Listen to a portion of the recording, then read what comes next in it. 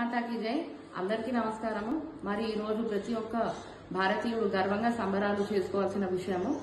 పహల్గాంలోని ఉగ్రదాడుల్లో ప్రాణాలు కోల్పోయిన వారికి ప్రతీకగా మన భారతదేశపు ఆర్మీ పాకిస్తాన్లోని 9 ఉగ్ర స్థావరాలపై దాడి చేసి దాదాపుగా 100 మంది ఉగ్రవాదులను చంపేసింది.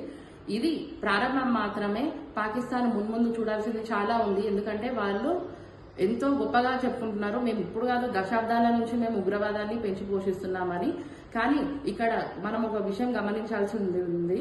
ఏంటంటే మన ఆర్మీ ప్రెస్ మీట్ లో క్లియర్ గా చెప్పింది, మేము దాడులు చేసింది ఓన్లీ ఉగ్రవాద బేస్ క్యాంప్స్ పైనే, ఎక్కడ గానీ మేము పాకిస్తాన్ లోని సివిలియన్స్ పైన కావచ్చు, ఆర్మీ క్యాంప్స్ పైన కావచ్చు మేము దాడి అన్నది చేయలేదు అని. ఇక్కడ మనకి మన భారతదేశానికి పాకిస్తాన్కి తేడా చాలా స్పష్టంగా తెలుస్తుంది.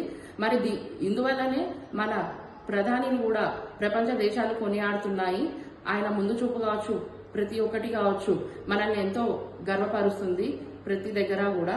మరి మనందరము ఎంతో గర్వపడాలి అని తెలియజేస్తూ భారత్ మాతాకి జై.